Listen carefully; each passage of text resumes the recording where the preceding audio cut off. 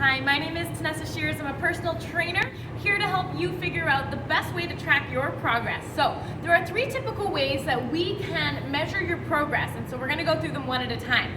Number 1 is basically what everyone does. It's the scale. So there's a couple good things and a couple bad things about the scale. The scale is an absolute representation of your body mass. However, one thing that you will notice is at the beginning of a program, body fat loss and muscle gain sometimes will result in a net 0 weight loss. So that's something to take into consideration, why weight might not be your primary measurement, but it is something good just to step on the scale before you start your journey so you can see along the way how things have changed. Number 2, I love progress pictures. The reason is they are an objective measure of how you're doing, and a lot of the time we just want to feel good about how we look on the outside. So pictures sometimes can surprise you when you measure them one up against the other and see how far you've come. So when you're doing your progress pictures, I want you to take several different pictures. If you can have someone take them for you, that's even better. But if you can't, you can always do them in your own bathroom mirror with your cell phone or with your camera. So what I'm going to get you to do is I'm going to get you to do one front on. I suggest wearing a bathing suit or a sports bra and underwear during these, or if you're a guy, just shorts. That way you can get the best representation of what's going on. If you're wearing a baggy shirt and pants, sometimes you can't see the changes as well, so I really encourage you to wear something where you can see your changes. Three poses here are going to be the best ones. So number 1, I'm going to have you just standing facing front. Try not to suck it in or stick it out. We're just going to stand here just like this. This will be picture number 1. Picture number 2 is going to be from the side. So what I want you to note here are things like what your posture is like, so that you can see if stuff like that is fixed along the way.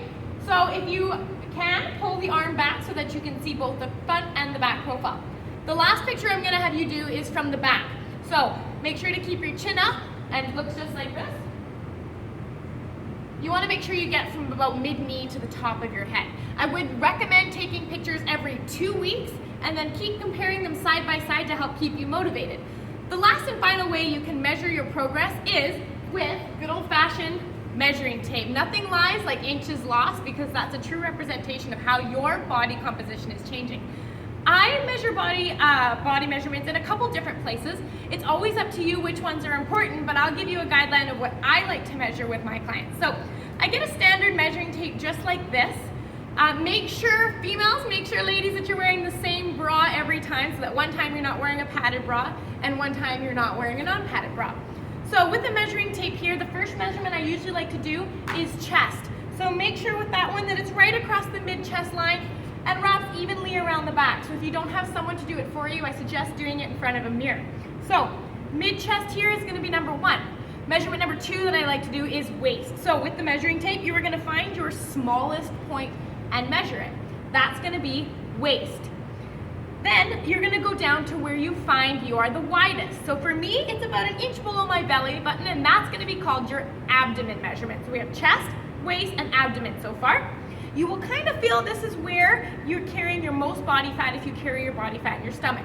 That's going to be your abdomen measurement. And we're then going to move down to your hips. Again, you want to make sure these measurements are even. This is across the apex of the glutes, so you are measuring the highest point of the glutes. So that's your measurement there. I usually like to do 2 accessory measurements, and these are completely up to you. Choose one side of the body and make sure you're repeating it on that side. I like to keep to right side for consistency. I measure the widest part of the thigh. Make sure you're standing with feet together. Be consistent. Right side of the thigh. And then lastly, I go right side of the arm, just where about the widest part of the arm is. So I keep that all on the right side, and I re-measure every 6 weeks for these measurements.